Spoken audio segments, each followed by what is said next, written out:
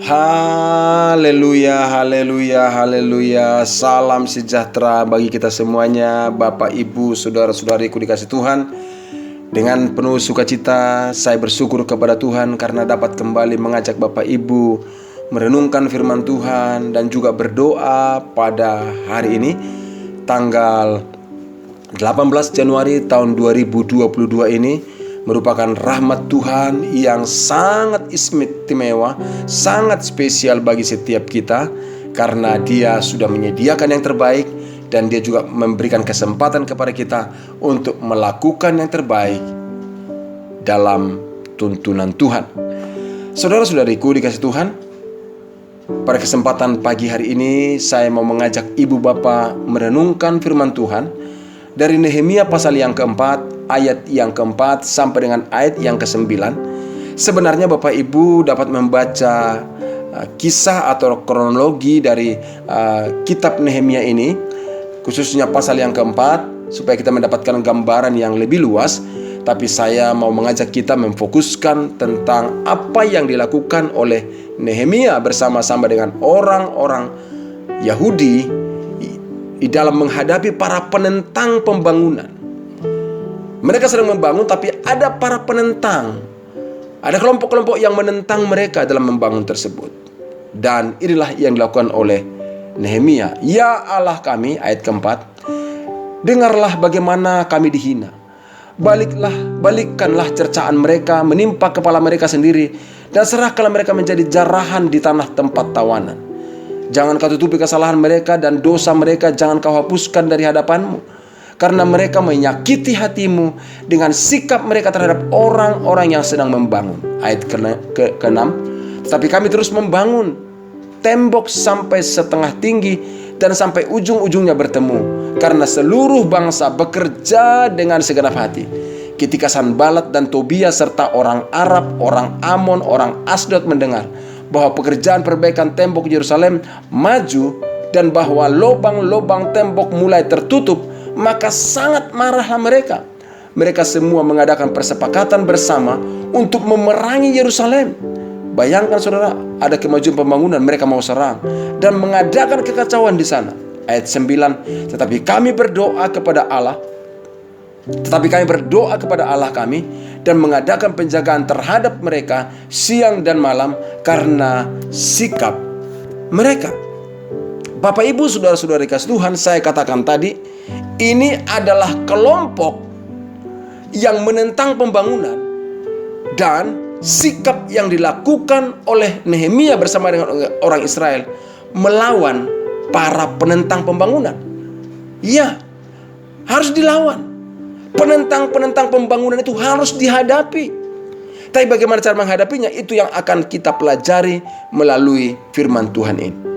Saudara-saudari kasih Tuhan, kisah yang dituliskan dalam Nehemia pasal yang keempat adalah ada seorang bernama Sanbalat yang marah, sangat sakit hati karena mendengar orang Yahudi kembali membangun tembok Yerusalem yang telah terbongkar dan pintu gerbangnya terbakar habis. Itu dituliskan dalam Nehemia pasal pertama ayat yang ketiga.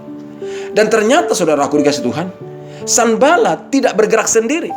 Sanbalat dikatakan di dalam ayat yang ketujuh tadi baru kita saja baca, dia bergerak bersama dengan orang-orang Arab, orang-orang Amon, orang-orang Asdod, dan Sanbalat juga dibantu oleh yang bernama Tobia, saudara.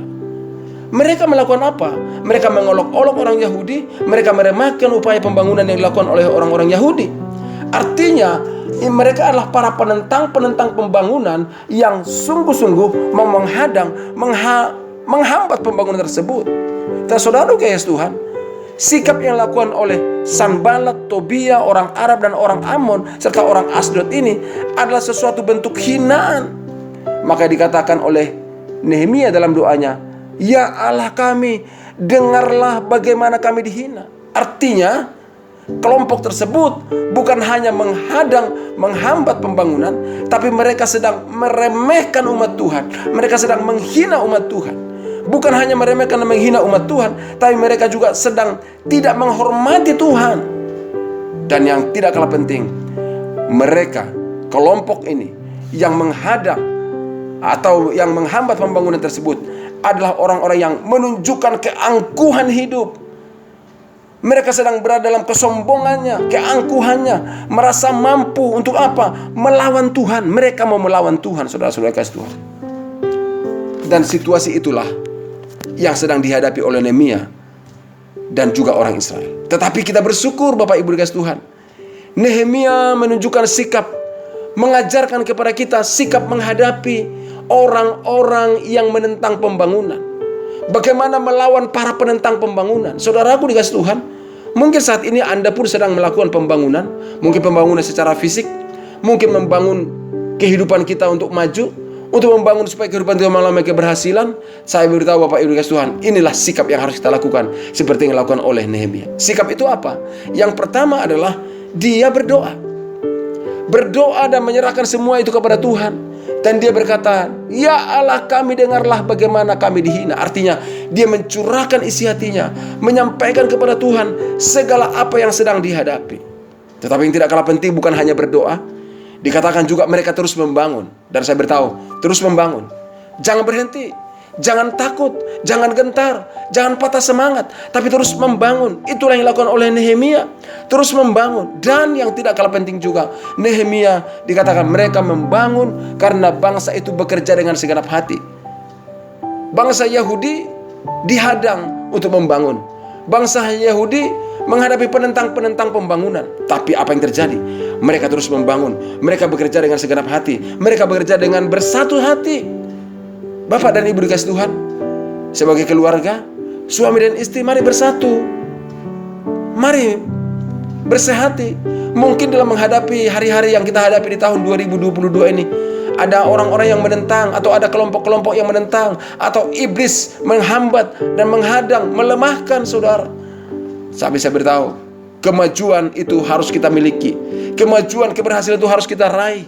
Dan mari jangan sampai patah semangat, tapi bangun kesehatian, terus membangun, bersehati, keluarga, suami dan istri, terus bersehati untuk meraih kemajuan, meraih kemenangan. Saya beritahu, kemenangan, keberhasilan Tuhan sudah sediakan, tapi iblis akan menghambat, menghadang, supaya jangan sampai meraih hal itu. Itulah sebabnya Nehemia melakukan, bekerja dengan segenap hati, dan dikatakan mereka selalu berjaga-jaga. Kenapa perlu selalu berjaga-jaga?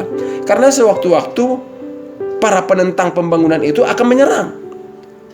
Bisa menyerang. Sama, sewaktu-waktu iblis bisa menyerang. Sewaktu-waktu iblis bisa akan mengacaukan semangat untuk mengalami kemajuan dan keberhasilan itu.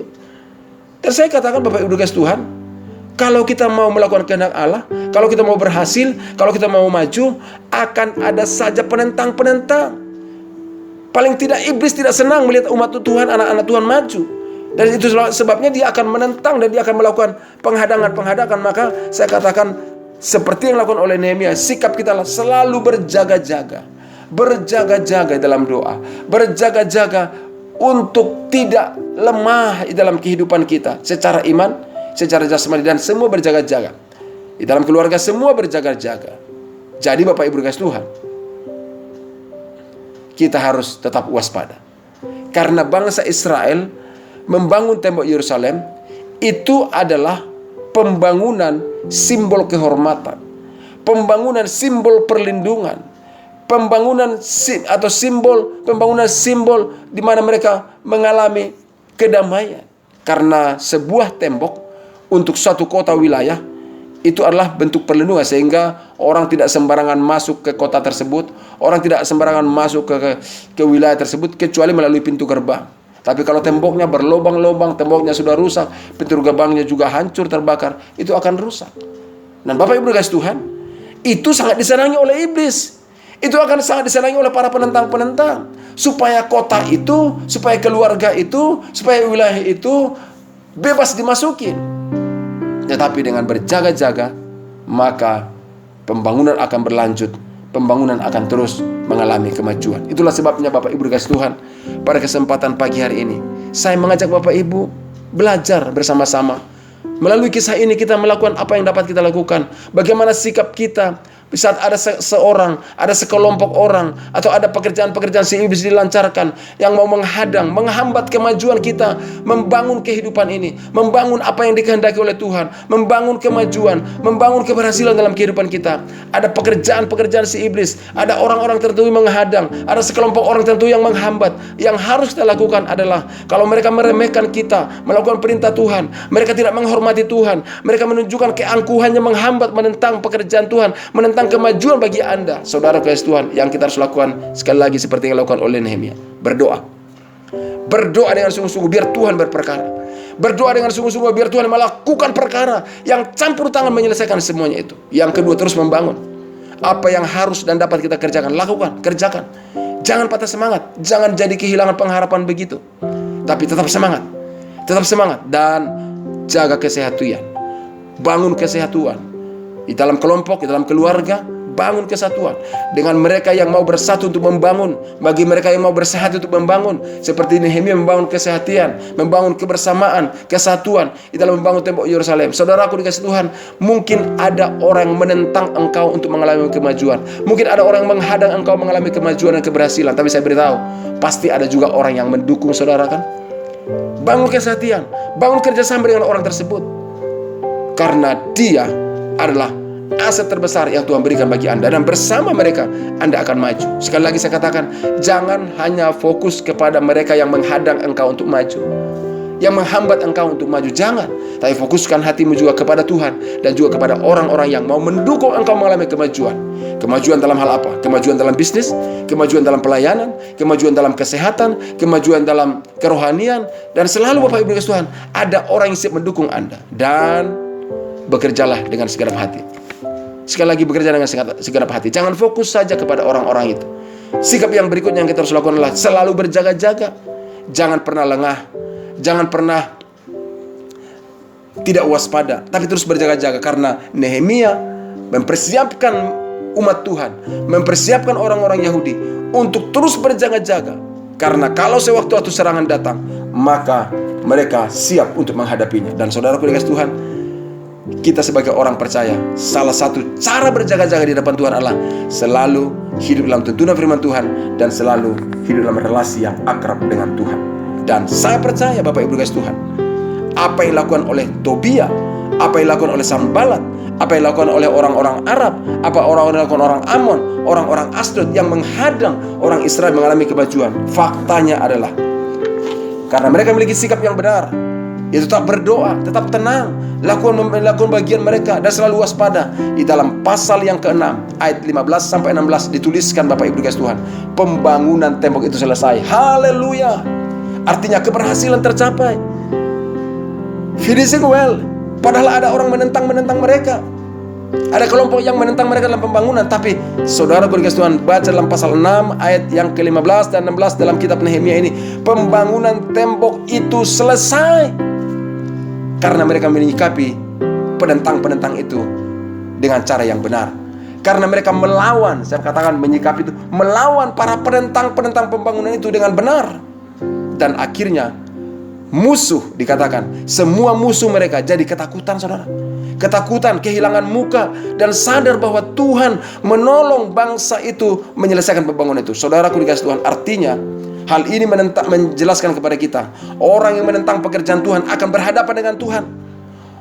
Orang yang menentang pekerjaan Tuhan akan berhadapan dengan Tuhan, dan Tuhan yang akan berperkara bagi mereka. Dan saya katakan, artinya mari kita giat melakukan pekerjaan Tuhan dan pastikan bahwa kita mengalami kemajuan demi kemajuan, karena Tuhan yang akan menolong kita mengalami keberhasilan, mengalami kemajuan di dalam kehidupan kita. Pertolongannya akan nyata bagi setiap kita. Bapak dan Ibu, saudara-saudara kasih Tuhan, pada kesempatan pagi hari ini saya mengajak kita mengarahkan hati kita berdoa kepada Tuhan. Amin. Tuhan Yesus, kepadamu kami menyerahkan semua para penentang-penentang penghambat kemajuan atas kehidupan kami. Apakah itu pekerjaan si iblis, apakah itu pekerjaan-pekerjaan kelompok atau orang tertentu yang mau menghadang, kami berdoa dalam nama Yesus. Tuhan tolong kami supaya kami mengalami kemajuan, mengalami keberhasilan, mengalami pembangunan, kemajuan, pertumbuhan dalam kehidupan kami, dalam kerohanian kami, di dalam kemajuan kami, keberhasilan kami dalam melakukan kehendak Allah. Biarlah kami senantiasa mengalami kemajuan dan keberhasilan. Di dalam nama Yesus Kristus, hamba berdoa menyerahkan seluruh sahabat, saudara-saudaraku yang mendengarkan renungan ini. Tuhan campur tangan hari ini, keberhasilan, kemajuan dari Tuhan nyata bagi mereka, karena mereka menyikapi setiap penentang dengan cara yang benar sesuai dengan kehendak Allah. Terima kasih Tuhan, berkat-Mu, damai sejahtera-Mu terjadi bagi kami semuanya. Di dalam nama Tuhan Yesus Kristus kami berdoa. Haleluya.